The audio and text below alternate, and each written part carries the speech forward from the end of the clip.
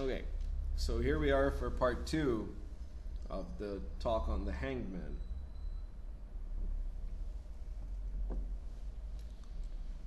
I was talking about how you have to sacrifice the ego identity, the idea of how smart you are, the idea of the intellect, the idea of how you define yourself, if you're going to have this supreme experience, this higher thing that is outside of you. Obviously, you have to make the space for it to be there. So this greater awareness, this consciousness that you can't really say anymore is your consciousness. A Buddha can't really say that enlightenment is his enlightenment. It's just enlightenment.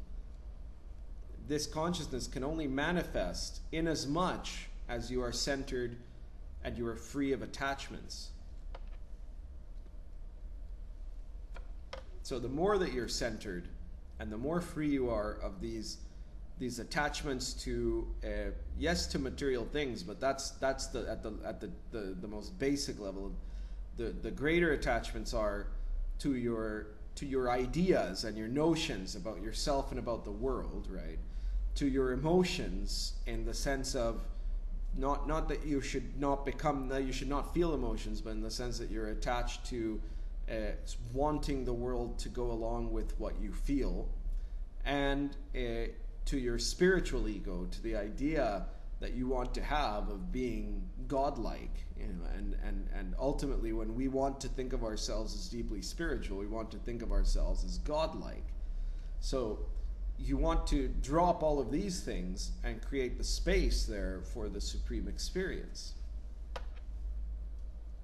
This requires breaking out of the entire way that you understand yourself. It requires breaking out of the notions. I think that's the reason for the symbolism of the hangman, having the hangman upside down. It's not just the crucified man. It's the man that's being forced to be completely reversed in his way of understanding the world. And it's only there, when he's upside down, when he's hanging from this tree, that he sees the greater image, the greater picture. So this reversal of perspective, to overcome the intellect, you need to have certain traits that you can develop and foster. One of it is humility, which I think I've already been expressing here, that if you convince yourself that you already know, or that you already are, if you think you already know what there is to know about spirituality, or if you think that you already are a spiritual person, then you can't discover. The more that you fix yourself in place with one thing, the less room there is for there to be change and growth. So if what you want is to show off what you know, then that doesn't leave room for you to learn what you should know. So you develop humility first by forcing ourselves out of this mold, by breaking out of this idea that we already know what we know, that we've already got it down, or that we already have an understanding of the spiritual world. But you can also develop this sense of humility through the practice of meditation and meditativeness, because the more you meditate, the more you come to see and to get this sense of a world that is so much bigger than you, of an existence of which you are a vital part. You belong to that world, but you don't rule that world. Your mind isn't where that world comes from. It's not all in your head. There's actually this whole thing around you, of which your mind has to be this one little servant of. And that's the second point. Besides humility, there's devotion.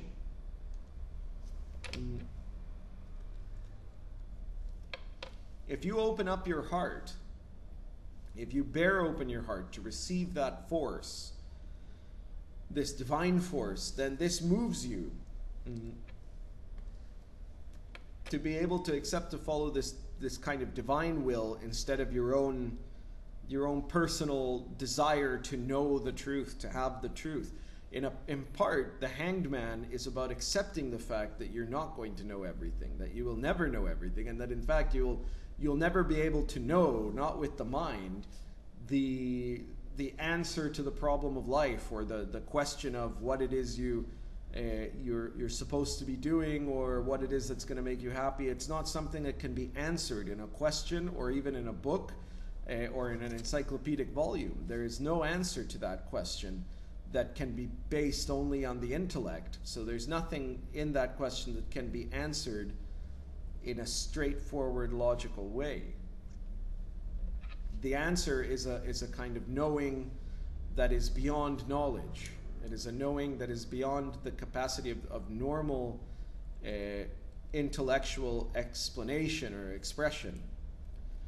And that is why you have the importance in spirituality of symbolism, because it is the secret language of symbol. I explain and give definitions of some of the symbols that are on these cards, but the reality is that the symbol as an image and as a concept, and the power of these images, not as something that you just study and analyze. That's not how you're going to become a master of the tarot, for example.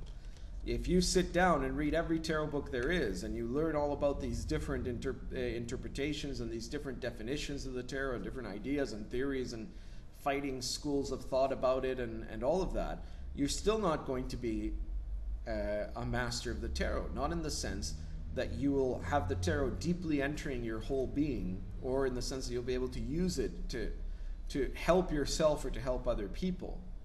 So the mastery of the tarot is the mastery of the symbol. It's where you at certain point bare naked your mind and face this naked symbol without seeking to define it or to control it with your mind, but looking for it to guide you and for it to show you and to understand these kinds of truths that are part of the mind. We're not canceling out the mind altogether or saying that thinking or knowing things are wrong. We're saying you have what you can know, and you also have things that you can't know, and there's also in between these things that you can know, but not just intellectually. You have to share them with the intellect, the intuition, and the spirit. And when you can do that, you create this synthesis in yourself, and you get the balance of the elements.